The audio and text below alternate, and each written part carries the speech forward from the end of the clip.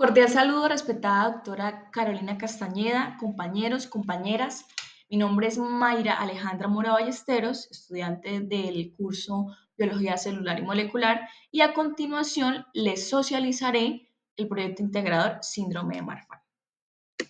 Bueno, de acuerdo con Román 2020, el síndrome de Marfan es una enfermedad hereditaria del tejido conectivo caracterizada por una combinación variable de manifestaciones cardiovasculares, musculoesqueléticas, oftalmatológicas, dentales, entre otras.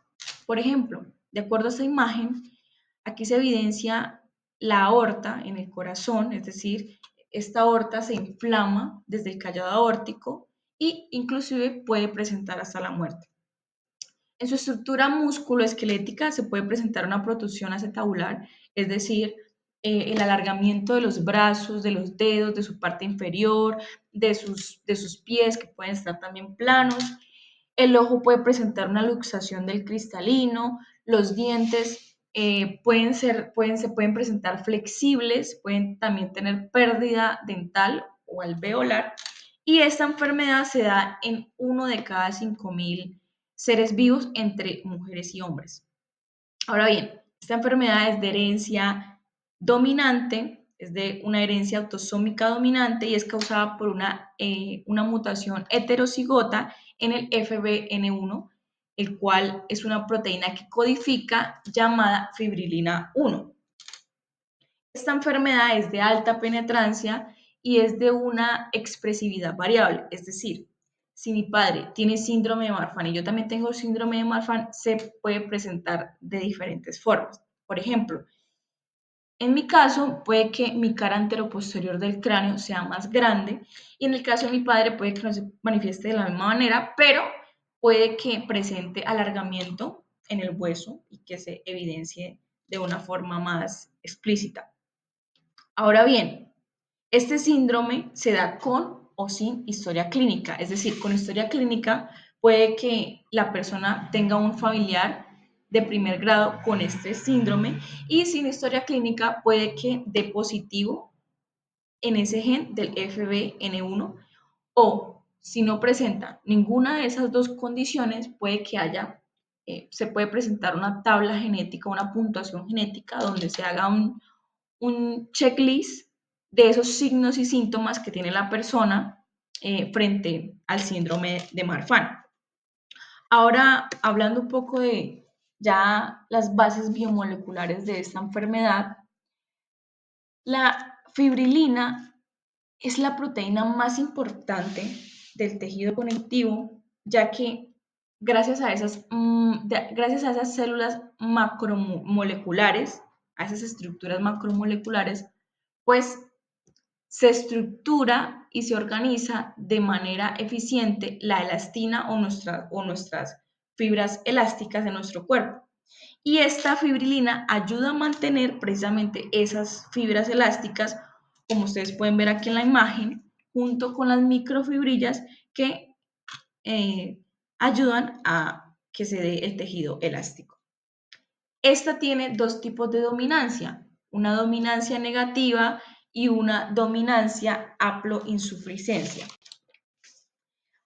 De acuerdo con Pieris 2021, el gen fibrilina 1 es muy grande. Esta tiene aproximadamente 65 axones, 265 kilobases y hablando ya un poco de la vía de señalización de esta proteína, el cual se da también por el TGF-beta, pues esta codifica en primera instancia a unas glicoproteínas, es decir, que se procesa como una profibrilina 1, que cuando se rompe es cuando se da la fibrilina 1. Y la fibrilina 1 es la reguladora de la TG-beta, que en este caso es el factor de crecimiento transformante, como ustedes pueden ver aquí en la imagen. El TG-beta es muy importante en el tejido conectivo porque precisamente favorece esas fibras elásticas en la destrucción. Es decir, cuando estas se destruyen, algunas se reemplazan por tejido fibroso.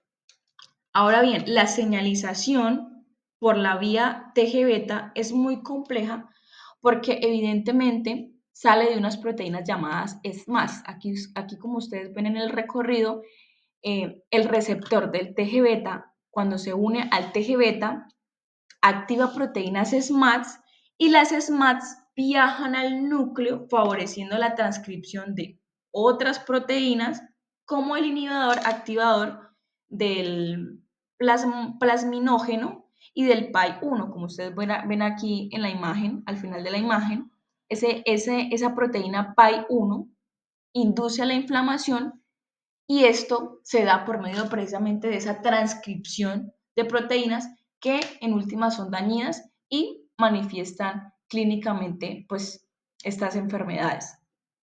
El problema de la fibrilina 1 es que no sirve, cuando no sirve, pues esta no captura el receptor o no captura el TG-beta transformante. Entonces, cuando el TG-beta empieza a estimular ese receptor, esta empieza a activar los SMADs. Como ustedes pueden ver acá, bueno, acá los SMADs entran al núcleo y en esta imagen se ve desde lo normal, lo anormal, cómo estas SMADs entran a transcribir esas proteínas, empiezan a activar esos SMADs y transcriben unas proteínas que se llaman metaloproteinasas de la matriz. Estas metaloproteinasas lo que hacen es destruir las fibras elásticas.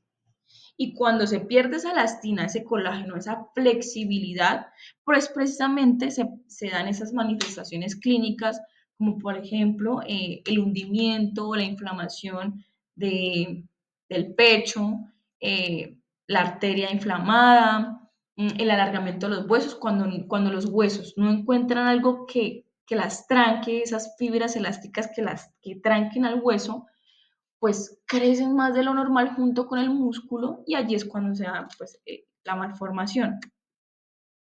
Ahora bien, en conclusión, podemos decir que el síndrome de Marfan se presenta cuando hay una baja producción de fibrilina 1, el cual aumenta el TG-beta transformante, provocando una pérdida de la integridad de la matriz extracelular y evidenciando estas manifestaciones clínicas. Hay unas herramientas terapéuticas como la terapia genética, la nanomedicina, pero esas no han trascendido eficientemente porque a nivel mundial pues no hay como tal casos suficientes para hacer las pruebas en los laboratorios. Estas son las referencias. Gracias por su atención y en otra oportunidad nos vemos. Gracias.